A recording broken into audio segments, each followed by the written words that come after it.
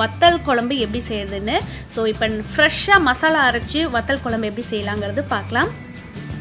Friends, வீடியோக்குள்ளே போகிறதுக்கு முன்னாடி நீங்கள் இன்னும் நம்ம சேனலை சப்ஸ்கிரைப் பண்ணலைன்னா கீழே இருக்கிற ரெட் கலர் சப்ஸ்கிரைப் பட்டனை ப்ரெஸ் பண்ணிக்கோங்க. கூடவே இருக்க நோட்டிஃபிகேஷன் பெல் ஆன் பண்ணி விட்டுக்குங்க. ஸோ இதெல்லாம் தான் நம்ம வத்தல் குழம்புக்கு தேவையான பொருட்கள். பார்த்திங்கன்னா நம்ம ஃப்ரெஷ்ஷாக தான் அரைச்சி போட போகிறோம். எந்த ஒரு ரெடிமேட் தூளும் போட போகிறதில்ல. புளி வந்து ஊற வச்சுருக்கேன், நல்லா எலுமிச்சம்பழம் அளவு ஊற வச்சுருக்கேன், வத்தல் எடுத்திருக்கேன். ஸோ இது நம்ம எப்படி வந்து அரைச்சி மெஷர்மெண்ட்ஸ் எல்லாம் நம்ம பார்ப்போம் எப்படி சேர்த்திக்கிறதுன்னு சொல்லி. இப்போ இந்த வத்தல் குழம்புக்கு நான் இதயம் நல்லெண்ணெய் யூஸ் பண்ணுறேன். நல்லெண்ணெய் யூஸ் பண்ணுறது ரொம்ப ஹெல்த்தி, ப்ளஸ் வந்து ரொம்ப நல்ல டேஸ்ட்டாக இருக்கும்.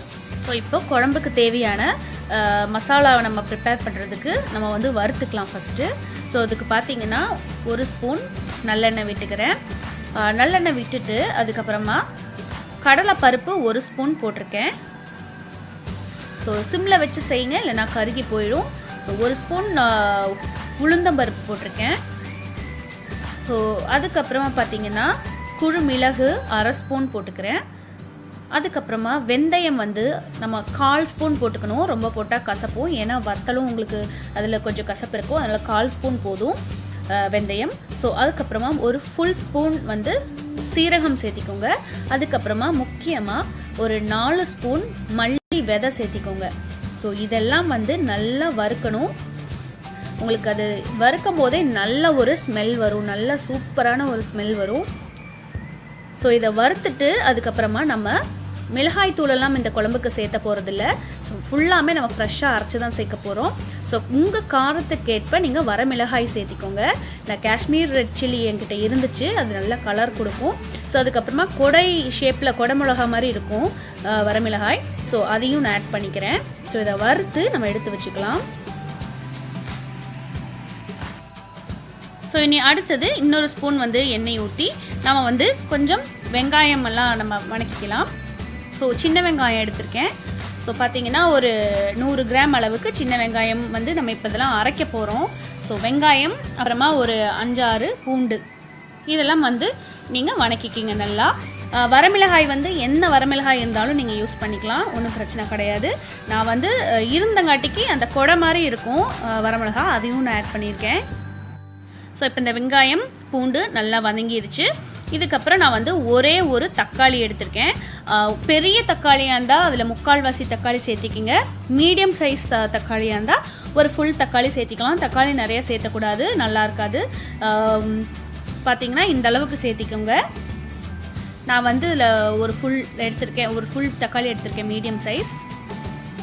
ஸோ இதெல்லாம் வறுத்து எடுத்திருக்கோம். இது வந்து ஆறனையும் மிக்சியில் போட்டு அரைச்சிக்கலாம். ஸோ பார்த்திங்கன்னா இது நீளமாக இருக்குது, இது காஷ்மீர் கலருக்காக நல்லா சேர்த்திக்கலாம். இது பார்த்திங்கன்னா இந்த கொடை மாதிரி இருக்கிற அந்த வரமிளகாய் நல்ல காரம் இருக்கும். ஸோ அடுத்தது இப்போது நம்ம வத்தல் குழம்பு செய்ய ஆரம்பிச்சிடலாம். இப்போ நல்லா பார்த்திங்கன்னா இந்த கப்பில் 1/2 கப்பு நான் வந்து நல்லெண்ணெய் ஊற்றிருக்கேன். ஸோ நல்லெண்ணெய் ஊற்றுனதுக்கப்புறமா நான் ஃபஸ்ட்டு இந்த வத்தலை வந்து கொஞ்சம் வந்து தாளித்து எடுத்துக்கிறேன். சிம்மில் வச்சு பண்ணுங்கள், இல்லைன்னா செகண்டில் கருகிரும். ஸோ அதை நல்லா தாளித்து எடுத்துட்டு, ஸோ அதே எண்ணெயில் நான் வந்து கடுகு போட்டிருக்கேன், ஒரு 1/2 ஸ்பூன் கடுகு போட்டிருக்கேன். ஸோ கடுகு நல்லா வெடிச்சதுக்கப்புறமா நம்ம வெந்தயம் போட்டுக்கிறேன், 1/4 ஸ்பூன் வெந்தயம் போட்டுக்கலாம். அதுக்கப்புறமா சின்ன வெங்காயம் போட்டிருக்கேங்க, கொஞ்சமாக போட்டுக்கங்க, தப்பில்லை. சின்ன சின்ன வெங்காயமாக இருந்தால் அப்படியே போட்டுக்கலாம், இல்லை பெரிய வெங்காயமாக இருந்தால் நறுக்கி போட்டுக்குங்க. ஸோ பூண்டு ஒரு 5 பூண்டு, அப்புறமா கருவேப்பிலை, இதெல்லாம் போட்டு நல்லா வதக்கிக்கலாம். ஸோ இப்போ பார்த்தீங்கன்னா ஓரளவுக்கு நல்லா வதங்கிருச்சு. இப்போது நான் ஊற வச்ச அந்த புளி தண்ணி அதை வந்து நான் இப்போ சேர்த்திக்கிறேன். நம்ம ஃபஸ்ட்டே வந்து புளி தண்ணி ஊற்றிடணும். நல்லா வந்து ஊற வச்சு வடிகட்டி எடுத்திருக்கேன். ஸோ இது நல்லா வந்து கொதிக்கணும். பார்த்திங்கன்னா ஒரு 1/4 ஸ்பூன் மஞ்சள் தூள் போட்டுக்குங்க. இந்த மஞ்சள் தூள் போட்டு நல்லா ஒரு 5 நிமிஷம் கொதிக்க விடுங்க, இந்த பச்சை வாசம் போகணும்.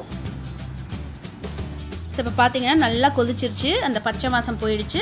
அதுக்கப்புறமா நம்ம அரைச்சி வச்ச மசாலாவை வந்து இதில் ஆட் பண்ணிக்கலாம். நம்ம முன்னாடியே வெங்காயம், தக்காளி, பூண்டு, அதுக்கப்புறமா சீரகம், அப்புறமா இதெல்லாம் போட்டு அரைச்சது, அதெல்லாம் வந்து பேஸ்ட் பண்ணி போட்டுக்கலாம். இதுதான் மெயின் உங்களுக்கு அந்த டேஸ்ட் கொடுக்குறதே. இப்போ பார்த்தீங்கன்னா நல்லா கொதிச்சு வருது. இப்போ தேவையான உப்பு நீங்கள் வந்து சேர்த்திக்கலாம். இது கொஞ்சம் எண்ணெய் பிரிஞ்சதுக்கப்புறம் நம்ம வத்தல் ஆட் பண்ணிக்கலாம்.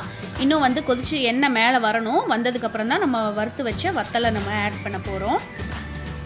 ஸோ பார்த்திங்கன்னா தெரியுது, நல்லா எண்ணெய் அப்படியே மிதந்து பிரிஞ்சு வருது. இந்த டைமில் தான் நம்ம வந்து இந்த வத்தலை வந்து சேர்த்துக்கணும். உங்களுக்கு தேவையான வத்தலை சேர்த்திக்கோங்க. ஸோ வத்தலை சேர்த்துட்டு அதுக்கப்புறம் சிம்மில் வைக்கணுங்க. சிம்மில் ஒரு 5 நிமிஷம் விட்டுருங்க. ஸோ ஃப்ரெண்ட்ஸ், அருமையான சூப்பரான ஒரு ஐயர் வீட்டில் எப்படி செய்வாங்களோ அதே மாதிரி நான் உங்களுக்கு செஞ்சு காமிச்சிருக்கேன் வத்தல் குழம்பு. ஸோ நிறைய சப்ஸ்கிரைபர் என்னை கேட்டுட்டு இருந்தாங்க. அதனால சரி இன்றைக்கி எடுத்து போட்டுடலான்னு நினச்சிட்டு தான் நான் இன்றைக்கி செஞ்சு உங்களுக்கு போஸ்ட் பண்ணியிருக்கேன். ஸோ வந்து இது 1 வீக் உங்களுக்கு ஃப்ரிட்ஜில் வச்சு சாப்பிட்டுக்கலாம், ஒன்றும் ஆகாது. எண்ணெய் வந்து நல்லா நிறைய சேர்த்திக்கோங்க. உங்களுக்கு நிறைய நாள் வேணும்னா தேவையான அளவு நீங்கள் ஃப்ரிட்ஜ்லேருந்து வெளியில் எடுத்து சூடு பண்ணி சாப்பிட்டுக்கலாம். அவ்வளோதான் ஃப்ரெண்ட்ஸ். உங்களுக்கு இந்த வீடியோ பிடிச்சிருந்தா மறக்காமல் லைக் பண்ணுங்கள், ஷேர் பண்ணுங்கள், சப்ஸ்கிரைப் பண்ணுங்கள்.